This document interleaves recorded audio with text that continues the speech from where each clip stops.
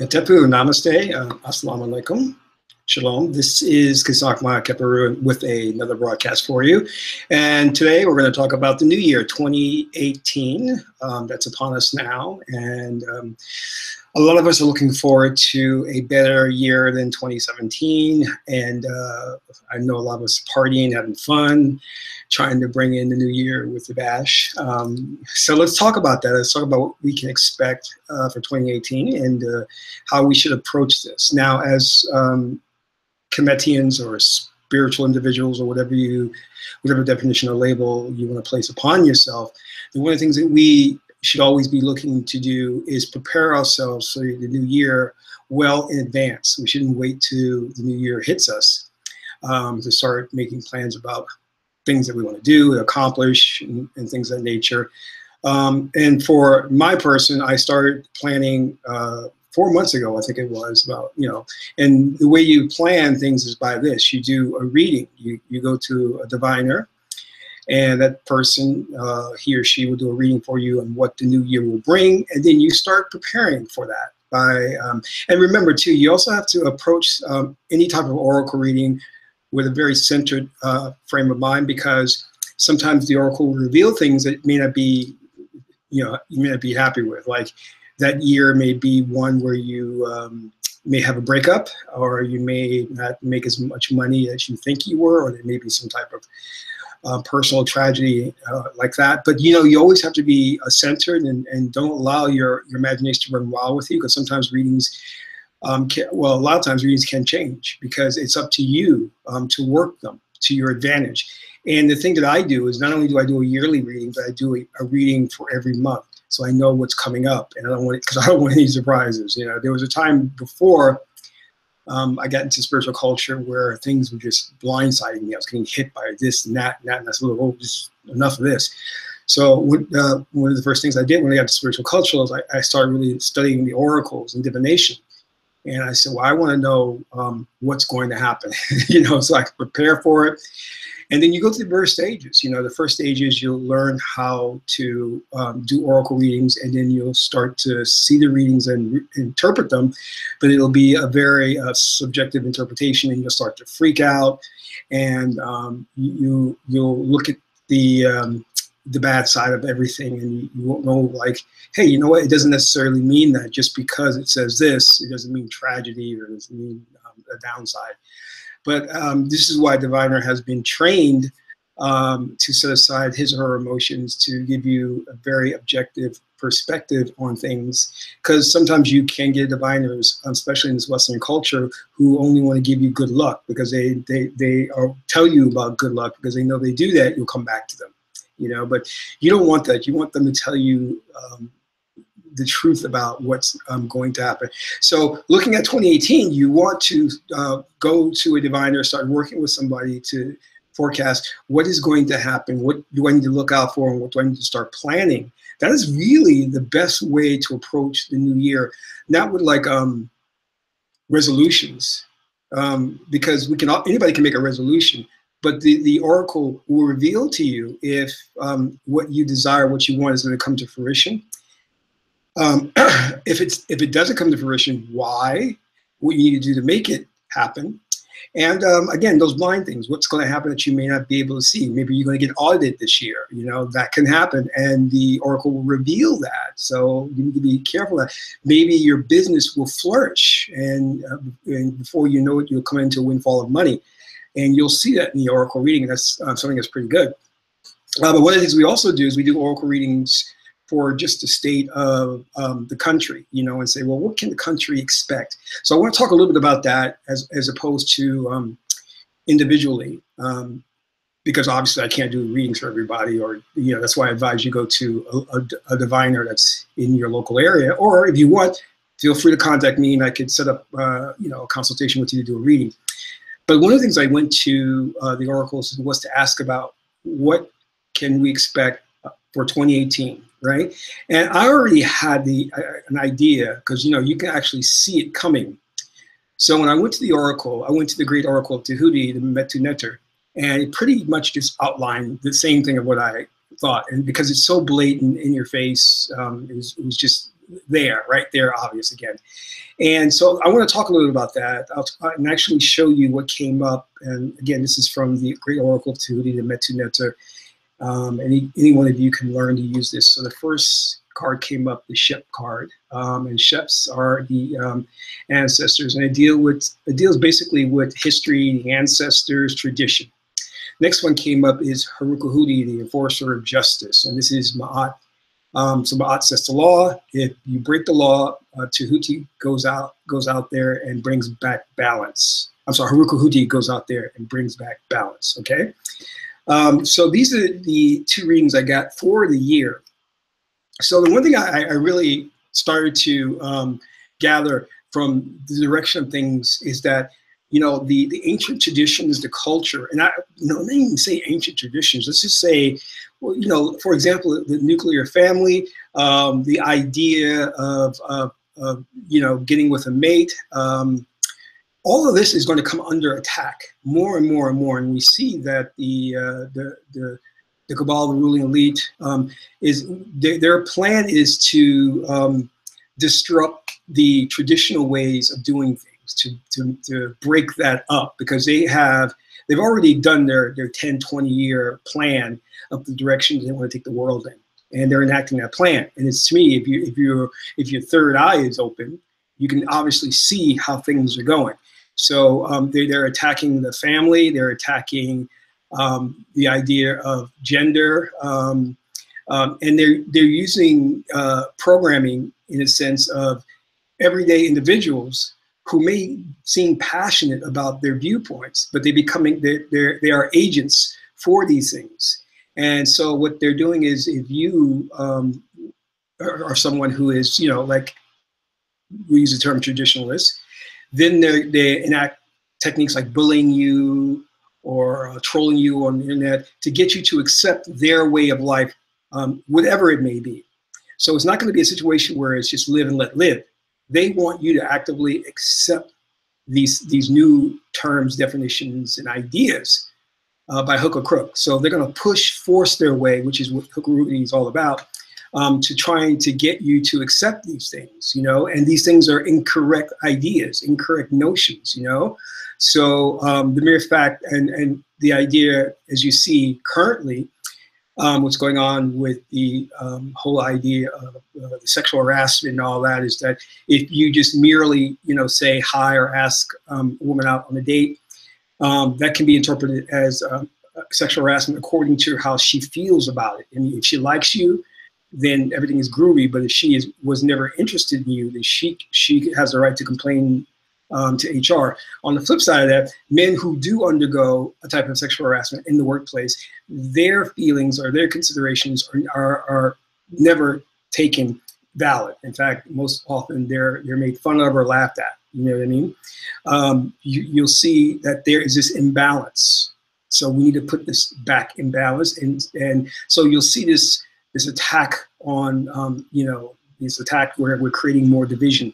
And that's really what the goal of the ruling elite is to do, is to create these factions, to create these labels, these terms, these definitions, so that we can keep the population fighting amongst themselves. And that's a great way to take over. So that's what we can expect more of going into 2018. And we've seen a lot of this happen already, and it's just going to get it's going to go further and further and further. Well, hopefully Harukuhudi will step in and self-correct this. If we really focus on looking at what traditionally has worked and stick to that, don't back away from that. We know that family works. We know that it takes a male and a female to be connected in the family to raise the children, and that'll help balance things out in terms of the child's mind and healthy living and healthy perspective. You need that yin and yang balance always. We know there's nothing wrong with spirituality. We're not going to accept crazy notions that are being put out there of deviant behavior. We're not going to accept things like that. So just keep in mind those traditional things that have worked for us and has prospered, and not accept any of these notions or ideas, because what they're doing is they're indoctrinating the young people in the universities, and they're putting in charge these professors who claim to have all these education PhDs, who are teaching these kids what George Orwell called doublespeak, these ideas that are so far left or so far crazy. But these kids who don't understand how to research, don't understand anything, and they're passionate and they're young and their minds are looking for knowledge, are absorbing these things, and then they become advocates for these sick people, and they go out there and they start proselytizing and they start bullying and you know, and it's just the worst things to get people to accept these brand new ideas, which if society were to really accept them and enact them, would cause society to fall apart, which is according to the plan. Because then once it falls apart, then the ruling elite comes in and say, well, we have something else that can work for us, and this hasn't worked, so let's try this now. And then there goes the ball game. But anyway, so the one thing that you need to focus on as an individual without a reading, okay, is the thing that I see that really disappoints me, you know, as a person who is incarnated a number of times, you know, as a Pisces. I'm an old soul. I've been to this planet many, many times. And I can very clearly see the problem. And not many people can see the problem because a lot of people under different sun signs or whatever have different perspectives and have different unique talents. But Pisces are very perceptive. So we see that, you know, humanity has gone to shit. You know, in fact, those who have co-opted the timeline have done such a good job. And it's not a matter of them derailing our progress in terms of culturally or technologically, but they have derailed our progress in terms of spiritually, who we're supposed to be. The masses of people on this planet act as savages. And you have to really stop one day, observe people and the way we act, and it's just inhumane and it's uncalled for. And that is because Osar has not risen. He is now been displaced by Set, the evil Set. So Set is ruling the world. And our ancient ancestors, the Egyptians, saw this. They saw this coming. And thank God we still have their sacred texts which warned us of this. But the good news is that there's an opportunity for us to find the pieces of Osiris, and put him back together again so he can rise or resurrect. And when he does, then humanity will rise again, okay? Or our spiritual elevation will happen, or our transcendence or ascending to that new level. Because right now, we have allowed our animal nature within us to rule. And what guides our actions, our thoughts, our ideas are nothing more than the animal spirit within us. And this is why I say the way we act is basically akin to savages, you know? And let me let you know a little bit on occult science so you understand how this happens. When you take the mass of the population on this planet and you indoctrinate them into left brain, or you polarize them into left brain thinking, left brain art complex thinking, what happens then is that they start not only to act in savage ways, but when people pass on and die, it creates this karma where they're reincarnated over and over again, and repeating the same lessons over and over again until they learn. There's very few opportunities there for ascension. It's there, but you're going to be caught in this loop and you won't be able to ascend. So this is what they want, you know, because truly, if you go to the ancient cultures, the one key thing about them, and you learn this from all the archaeologists, Egyptologists, and what have you, they always said that these ancient cultures had an odd fixation with death. And that's partly true, but it wasn't a fixation with death. It was an understanding that the afterlife is just as important as the fourth dimensional realm. So what does that mean? That means that we're here, and what we do and how we act here is going to determine our next life. Now, I want to ask you this. Have you ever had a nightmare? Of course you have. Have you ever been sick and had a bad dream while you were sick? Really strange dream, right? Well, if you're having bad dreams, or you're having like stress and all these stressful dreams or whatever, this is an indication that you have not ascended, that you will, when you go and pass on, these things will revisit you many, many times over. It will be more powerful. Because when you look at Osiris, what is the symbolization of him? What is the iconography? He is a mummy, hands crossed.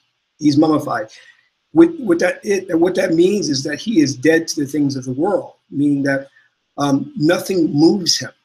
So what I'm saying, and you'll find this in every text, the Buddhist texts, the Chinese texts, Africans, the one thing that they say is this, that when you move through the world and you don't label things with likes and dislikes or judgments, and that you can just accept and see things without passing judgment, without assigning a quality to things, because nothing has a quality in and of itself. It's only your perspective on it that gives it this quality. When you can move through life without assigning a quality to these things, and you can be like Osir the mummy, then your dreams will be Amen, peace.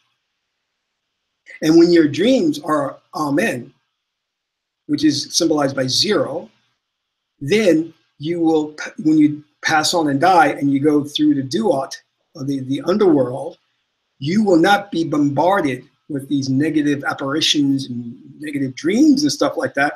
Because why? Because you don't know, you have not assigned a quality to anything, so there can be nothing that's negative that you will dream of, because you don't know what negative is, because you're not giving negative a quality or a thing. Do you understand what I mean? But in this society, they have set us up for a grand fall, this big fall. They are telling us that this is good, this is bad, this is pleasurable, and this is not pleasurable. When you accept those ideas and you fall victim to and respond to those definitions, it changes your karma. It changes how you will be reincarnated, because you are now placing labels on things, and you are responding to those labels and definitions. This is why a lot of the Zen masters try to go without judgments or placing value on things. And a lot of people misinterpret that, because they're like, oh, I must get rid of my worldly things. No, it's not about getting rid of your worldly things. It's about stepping back and understanding that all of these things are meaningless. Not that you should not have them, but there is really no meaning in them intrinsically. Only the meaning that you give to them is gold. Does that really have a meaning or a value to it? Not really, only the one that you impart to it. And if you understand that, oh, really, you're not my enemy, because there's only one consciousness. So if we're one, I cannot oppose myself. Therefore, you're not my enemy, so I'm not placing a label, or I'm not defining you as such. Therefore, when I rest at night, I will not have fearful dreams of my enemy coming to slay me or to do harm to me. Do you understand where I'm going with this? All right. So this is what they have done to the planet, is to create these ideas and allowing you to it's almost like creating psychotic people by doing that, and purposely manufacturing how their afterlife will be, what their next incarnation will be, simply by doing that. And again, this is why some people who have come back enlightened choose to go away and study in some secluded convent to be spiritual, because they understand that what is important is to get their minds together, to get their hearts together, Heart meaning ma'at, ma'at keeping the heart still, meaning your heart's not going to get excited over one thing or another, which is like, yes, 2018 is upon us. But does that mean that we need to get really excited about it? It's just another year. You can allow yourself to get excited about it with the idea of really there's no real, there's nothing really intrinsic about it that you should get excited about. It's only you're placing a value on it, And this is why some people who are reincarnated go through a lot of trouble in this lifetime, because it's trying to, Neter, Nebuchadnezzar, God, Source, Yahweh, is trying to teach them that good or bad, stay centered. Just stay centered. Because all of this is meaningless. And the only meaning that there is what you're placing upon it. And if you continue to place meaning upon these things, then you are going to, when you get to the Duat, you're going to meet Seth, and you're going to be bombarded with these apparitions, these negative ghosts and things, and it's going to create terror for you. But that's the way the ruling elite want it to be. This is how the world, they want us to be savages, they want us to be insane individuals. And this is why when a lot of people go on a spiritual journey, a lot of times it's hard for them to make that transition. A lot of them go have a breakdown because it's not an easy transition, because they're purging themselves of the old way and trying to accept a new way, and the old way will not go without a fight. It's not, your animal nature is not going to just say, oh, okay, you're going spiritual, goodbye, I'll see you later. I'm not going to rock with you. No, the animal is going to say, where do you think you're going? You're not, get back here, So that's how it's going to work, So when I look at 2018, I say to myself, okay, great, a new year. I'm not going to be stoic about it. I'm not going to be like overly joyed, or I'm not going to be like depressed or pessimistic about it. But I just know that, hey, let me just do my readings, plan for it, and try to make sure that nothing is going to blindside me or hit me, but more important, let's look at it this way. And I'm going to leave you guys with this powerful message, right? More important, the thing that you need to work on every year, despite what your readings say, is you need to work on your power, becoming God-man and God-woman. That trumps everything. Because when you work on your power, then there is nothing that's going to pull the rug from under you. Do you understand what I'm saying? Nothing's going to harm you. And that's really your goal for being here, and that's really your goal for incarnating, is become a Ser. When you follow the tree of life, the Kemetic tree of life, or the Het-Heru, what it is you get to Sekert, and Sekert is spiritual power, and she is the mistress, or she governs the mantras of power. And that is your goal, is to master your spiritual power, which is dormant within you. And you do have this power. I hope you're aware of this, but you have not learned to use this. And let me get to this part, which is a clear example. And I don't care if you believe me, it has been documented. You can read books on this, and I had to go and search it out for myself. But I've traveled a lot and studied a lot with a lot of different teachers. Some of them greatly disappointed me. Some of them met my expectations. But there was one time I remember I was walking and trying to just figure out, like, what am I going to do next? And something told me I had to head out to this part of the Midwest, secluded part. And I was like, why? And didn't know, but I just heard this voice. And then lo and behold, I turned on my computer and I saw this advertisement for the spiritual teacher who was teaching out in the Midwest, right? And I was like, wow. And I had been out there before, but not on a spiritual nature, never on a spiritual nature. It was more studying for like the military and things like that. That was back in my days of wanting to get into the Marines and all that. But anyway, so I was just like really perplexed as to how the spiritual teacher was going there, where I'd been there before and never saw him. So anyway, I took the trip out there, and it was a long weekend event. And I remember clearly talking to some of the people there, and I met this woman. She was really great. Her and I had dinner, and I remember her she started telling me about who I was. And I was just like thrown aback. I was like, whoa. I mean, she literally started spelling out who I was, what my mission was, and everything. So anyway, when it came time to talk to a spiritual teacher, I did not, I didn't have the privilege of asking a question, because you had to, you had to have a whole special thing where you had to go through to be able to ask a question. So, me being me, I don't know, I'm always, I'm the guy who takes chances. I got up, walked up there, and the whole audience is there, a large audience. I went up there and I told him my real name. I said, this is Kisak Ma Keperu. And I asked him my question. And everybody in the audience was like, wow, because they thought it was a deep question. And it was a question about time and space. And I'm sure, and most of them never thought about it in that sense. And even he didn't. And he took a moment to think about it. And then he started answering my question.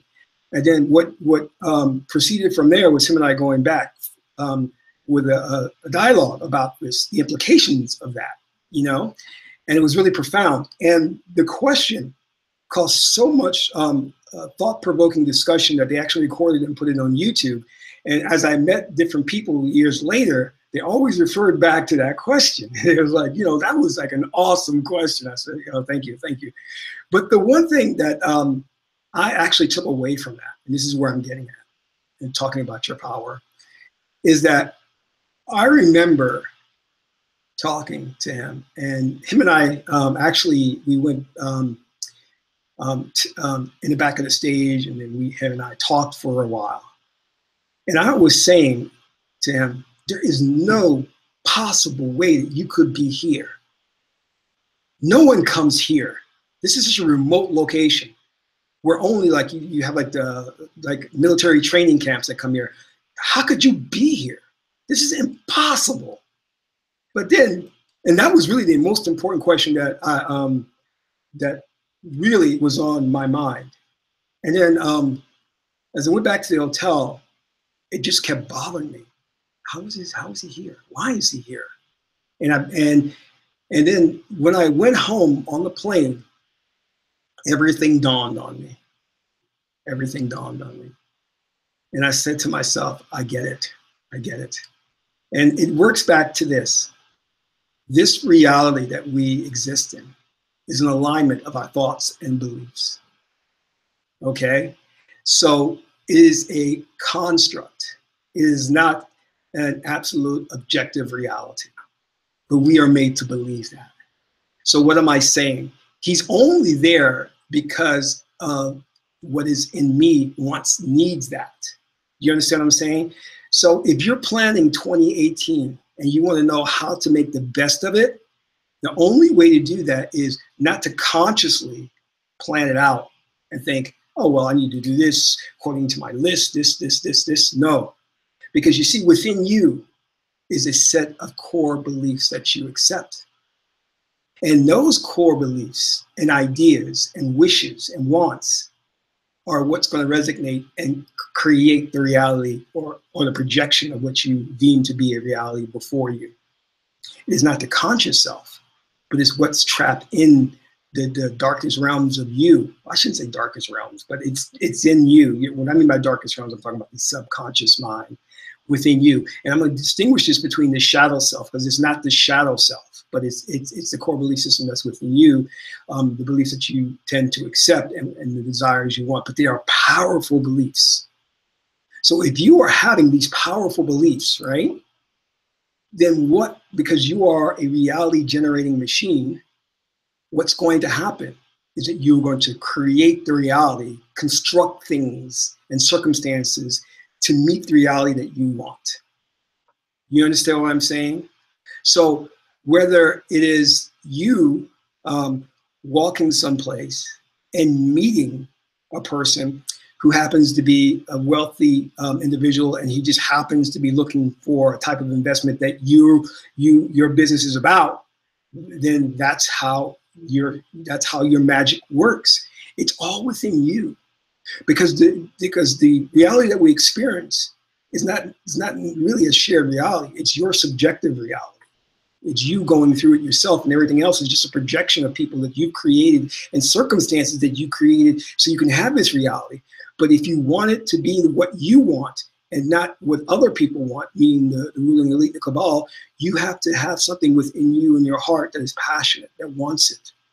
And then when you have that in your heart and you want it so much, let it go and watch the miracle happen. Watch it manifest before you. All I knew at that time was that I needed to talk to someone to guide me to the next level of my spiritual development.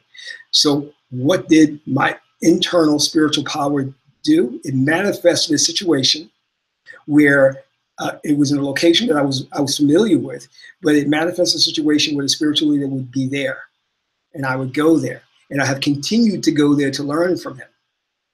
Does that make sense? So I manifested that, and you can too. It's all up to what you want for 2018. But don't think that you can just consciously write everything down and pursue and it'll all happen for you, which is possible. But learn to tune in to your power that's within, because that's what they don't want you to discover and learn. All right. So that's my message for 2018. I really hope it's going to be a great one for you. Do your reading, find out what's in store for you, find a diviner, or contact me at ksonk@gmail.com. And don't forget that I got a Patreon campaign. You can subscribe to that for as little as $1. And also like this video if you liked it. Hit the subscribe button, subscribe to this channel, and share the video with your family and friends. And have a good year. This is Kisakma Keperu. I'm in Ra.